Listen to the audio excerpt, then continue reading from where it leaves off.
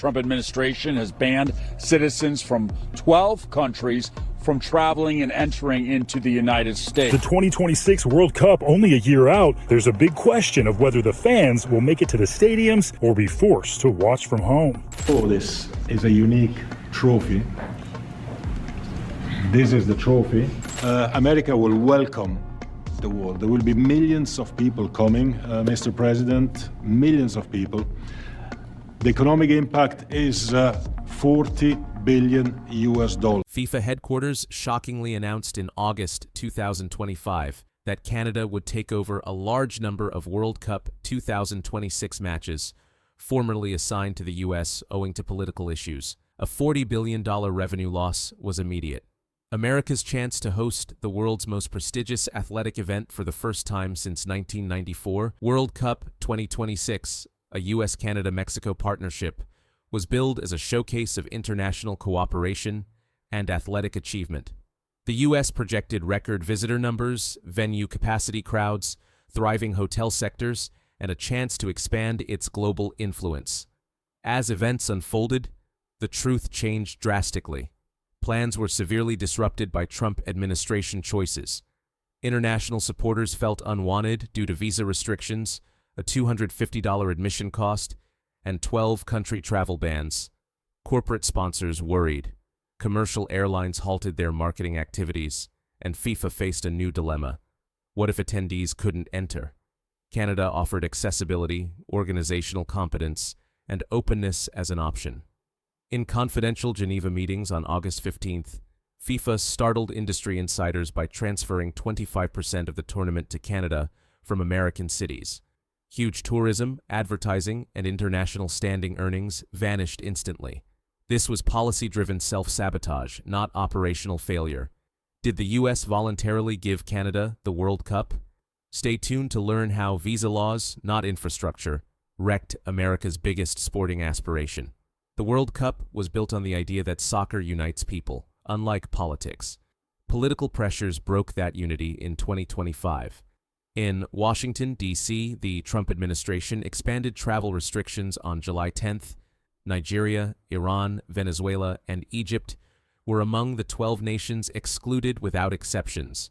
The century's largest celebrations guest list was stripped of millions of supporters, and this was just the beginning. Every country without waiver status paid $250 for a visa. A 4-person South American family had to pay $1,000 to attend a match. Flights, hotels, and event tickets made the trip seem like a mortgage payment. U.S. foreign offices, already over capacity, reported visa consultation waiting times of over 300 days in Lagos, 240 in New Delhi, and 200 in Istanbul. In 10 months, the World Cup will begin. Therefore, these supporters cannot have their consults. After attendance projections collapsed, New Jersey and Dallas fan gathering places were discreetly curtailed in June. Urban centers hosted lengthy cultural events, culinary exhibitions, and international musical performances, now confronting diminished financing and empty venues. What was once a global event became a closed-off area for the wealthy and resourceful. Many people worldwide believed the U.S. favored their absence, a fundamental contradiction. America won World Cup hosting rights by assuring accessibility, diversity, and universal hospitality. In contrast, existing immigration regulations present impediments, charges, and administrative hurdles.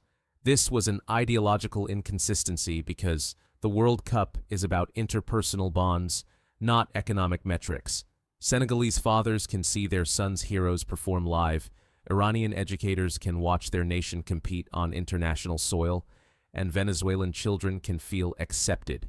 They would observe from afar, barred by administrative processes, and priced out by policy decisions. This was a barrier, not a missed opportunity. The world wondered, when did America go from welcoming to guarding? While World Cup 2026 approaches quickly, American cities are seeing structural collapse of what was promised as an international display. Ford Field construction teams were inactive in June 2025. Stronger examination standards and a 35% tariff rise in March delayed Ontario steel supply at border crossings. LED display equipment from South Korea were held at the port by new container verification procedures, innovative supporter experiences, interactive seats, and AI-driven security checkpoints were the original goal. Aspirations drop when distribution networks fail. In Atlanta, Houston, and Seattle, architectural plans shrank. International stadium seating was replaced by cheaper domestic options. Reduced-scale flexible platforms replaced retractable ceiling systems. Coordinators now contemplate the unthinkable. Reduce spectacle, maintain timeline. Each decline reduces excellence and trustworthiness. The U.S. was set to host the most technologically advanced World Cup. Instead, it's feverishly finishing what critics describe an affordable repair of a defective blueprint. Canada, unhampered by trade taxes and profiting from reciprocal commercial agreements, progressively completes construction before expected dates, while American builders struggle with rising costs and delays. Vancouver's BC Place roof has been strengthened. Toronto's transit system works with FIFA's digital fan credential. August saw Montreal's technology center fully operational. There's no greater contrast. One country is building a festival. Another is fixing a failed system as time passes. The issue goes beyond infrastructure to inflexibility. Commerce as a political instrument hurts progress. Government decisions cause this, not delivery issues. Tariffs meant to protect American manufacturing are increasingly stifling its international chances. Venues are shrinking, deadlines are missing, and a global authority is slowly disintegrating under documentation and financial demands. Beyond soccer, how does a country lead the world without completing the platform? The illumination was meant to shine brightest in New York, but what good is a venue without corporate funding? Emirates Airlines, a longtime FIFA partner, redistributes $15 million to Canada in July 2025. They cite operational unpredictability, immigration issues, and regulatory volatility in American host municipalities in a brief statement. Extremely dangerous, chaotic. They're not alone. Visa quietly cuts its U.S. promotional activities to focus on Toronto and Mexico City. Adidas is spending millions on branded fan experiences in Vancouver, Montreal, and Guadalajara instead of LA and Miami. They claim improved operational openness and market accessibility. This goes beyond logo redistribution, it's confidence loss. International firms, the backbone of every World Cup, are clear. The U.S. is no longer a reliable collaborator. The damage is severe for Kansas City, Houston, and Atlanta. Sponsorships funded more than promotions. They backed transportation subsidies, infrastructure improvements, and security. Municipal finances are strained without those resources. Implement emergency steps. Activities, recruiting, and tourist sectors are questionable. The reaction cascades. When big money leaves, confidence does too. Coordinators discuss financial crisis management privately. Some towns are discreetly renegotiating hosting commitments, fewer activities, compressed areas, shorter durations. The Continental Festival is being reshaped and renamed. Canada seizes possibilities while American communities fix problems. Moving north. Sponsorship capital. FIFA branding is shifting. Airlines are rearranging routes. Canada needed no attention competition. The U.S. gave it up because commercial enterprises, the most reasonable international actors, leave regardless of politics. It becomes financial reality, and financial indicators never lie. The question isn't whether the U.S. can host a World Cup, but if it can inspire trust. This was predicted. It was a carefully planned, quietly assessed, and well-implemented contingency strategy. June 2025, FIFA headquarters in Zurich retrieves a sensitive document designated Contingency Protocol 3 Ampere from storage. Within 90 days, a complete operational framework will move World Cup 2026 matches from the US to Canada and Mexico. Neither speculation nor hypothesis is a strategy. The reason? Disorder is no longer unexpected. It's anticipated. FIFA now views the US as more than dangerous because to immigration issues, sponsor departures, building delays, and diplomatic deterioration. FIFA has prepared beyond public declarations because they view it as volatile. Simulations have included ticket reassignments, international airline redirections, supporter packages, volunteer relocations, broadcasting teams, and officiating crews. They know which Canadian hotels can handle additional capacity, which Mexican venues meet broadcasting standards, and which telecom companies can handle high-volume delay, not spontaneous adjustment. Protective planning. If fans say it's just bluster, think again. Recently released FIFA correspondence described the contingency as a predetermined progression, not a possibility. Quantity and timing are the uncertainties, not whether the U.S. will forfeit matches. Uninformed American host municipalities include Miami and Seattle. Most haven't considered all relocation options. Some think the crisis is over. In Montreal, Vancouver, and Guadalajara, hotels surreptitiously rebook bookings. Transport agencies practice revised traffic management. Preliminary approval has been given to food service agreements. FIFA has stopped waiting, executing. When international organizations doubt your reliability, they don't dispute. They adjust. America may keep the venues, but FIFA controls the direction and has announced the shift. The real story isn't about missed appointments or obligations. An international body prepares for breakdown out of necessity. Two modest competitors are rising quickly and well-organized as the U.S. struggles with administrative issues and reputational damage. Canada. Its exactitude below the politeness and composure. BC Place has FIFA-sanctioned, integrated, temperature-controlled transit systems. Larger, refurbished BMO Field in Toronto is surrounded by 30,000 hotel rooms within 10 miles. Canadian immigration accelerated. Visa-free countries number over 50, while others have clearance times in days rather than months. FIFA calls it reliable logistics. Corporate partners consider it safe. Supporters call it welcoming. Perception matters.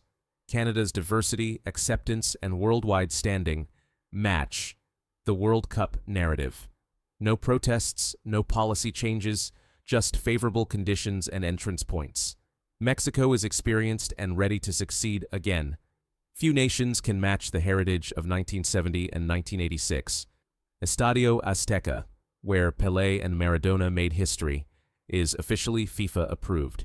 Monterrey's BBVA and Guadalajara's Estadio Akron offer top-notch amenities, modern infrastructure, and a special bond with Latin American fans. Visas are flexible, efficient, and cultural. Canada and Mexico are signing broadcasting deals, building transportation channels, and practicing operational showtime while U.S. municipalities stagnate. They're no longer backup. They underpin a new competition. FIFA officials privately named Toronto and Mexico City as core hubs. Corporate sponsors are refocusing. Creators of digital content book lodging. New coverage zones are being designed by journalists. What started as diffused prominence is shifting slowly from the dominant participant to the equipped alternatives. The bigger question is, did Canada and Mexico rise via fate, or were they ready when the U.S. lost focus? The competitions haven't started, but the damages are mounting faster than expected. If FIFA's contingency architecture allows 20 to 30% of World Cup 2026 competitions to be moved from the U.S., the economic loss might exceed $40 billion. Not overblown predictions. The analysis is calculated. Tourism ended. Tens of thousands of European, Asian, and South American supporters will change travel plans, cancel hotel reservations, and avoid U.S. municipalities. Seattle, Kansas City, and Miami, expecting summer success, now have many hotel vacancies. Dining restaurants with more staff are lowering hours. Transportation routes are being cut. Worker laid off. Protection, language, mobile merchant, coordination, sanitation, and technical workers are mostly local, short-term roles. They need summer revenue. Instead, they face empty schedules and mounting debt. In Houston alone, experts estimate over 6,000 temporary jobs are risky. Infrastructure terminated mid-development. Light rail, airport, and venue improvements cost billions. Without supporter attendance and revenue, those commitments stay unpaid. Municipal investment could become a long-term financial burden, eroding local resources. Next comes the psychological toll. Harder to measure, but more powerful to feel. Working-class areas promised a once-in-a-lifetime summer have gone from honor to mute disillusionment. Banners and artwork remain, but underlying the expressions is an open injury and a sense that America missed the opportunity. It goes beyond soccer. It involves lost economic progress, pointless optimism, and unachievable goals. The question haunts every abandoned media gathering, merchant booth, and seasonal employee as Canada and Mexico take responsibility. How did the world's wealthiest, most powerful nation become the organizer that failed? World Cup 2026 was meant to showcase the U.S.'s soft power and leadership. It became an instructional story instead. By August 2025, every corporate center, diplomatic mission, and international athletic organization signals that the U.S. is no longer a reliable organizer. From operational disarray to changeable immigration laws, postponed venues to exiting corporate partners, the slide was gradual, internally created, progressive, and methodical. Impacts go beyond lost contests and tourism income. America silently losing trust. Nothing matters more in international relations than attendance. World Cup is a geopolitical platform, not just a competition. Washington withdrew as Ottawa and Mexico City advanced. Canada's balanced governance, clear policies, and diversity have made it a new model of international trustworthiness. Mexico, with generations of World Cup experience and deep cultural ties to the sport, has reclaimed its regional leadership. They sent a stronger message than any formal announcement. We'll steer if America doesn't. FIFA administration, multinational firms, visitor bureaus, media, and diplomatic agencies recognize this. While the U.S. battled to restrict travel and justify tariffs, Canada established visa paths. New York and Los Angeles were delayed, but Toronto and Guadalajara moved quickly. The result? A gradual but major authority change based on confidence, not military strength or international agreements. Being reliable is a benefit in today's fractured world. American was not the default choice for the first time in generations. The item seemed interchangeable. Long-term effects won't appear this summer. They'll echo through every proposal, sponsorship deal, and international meeting where countries ask, is the U.S. still the center or just another participant? The distinction is crucial. Less than 2 years remain. The timeline and repercussions are real. With FIFA secretly shifting competitions, billions in income lost, and America's worldwide brand tarnished, World Cup 2026 is no longer only an athletic event. It symbolizes broken systems, missed opportunities, and political myopia. Neither Canada nor Mexico stole the spotlight. They earned it with preparation, accessibility, and dependability. While the U.S. debated and delayed, they executed. That's not just visitor spending or corporate branding, so the world watches. Guidance, impact, confidence, subtle influence, variety built by consistency, not coercion. If America fails to change course, the World Cup may be more than a financial loss. It could be the moment the globe stopped focusing on Washington and considered alternatives. The question remains, will the U.S. lead in a multipolar world, or let others take over? If you liked this narrative, save it, share it, and share your thoughts below.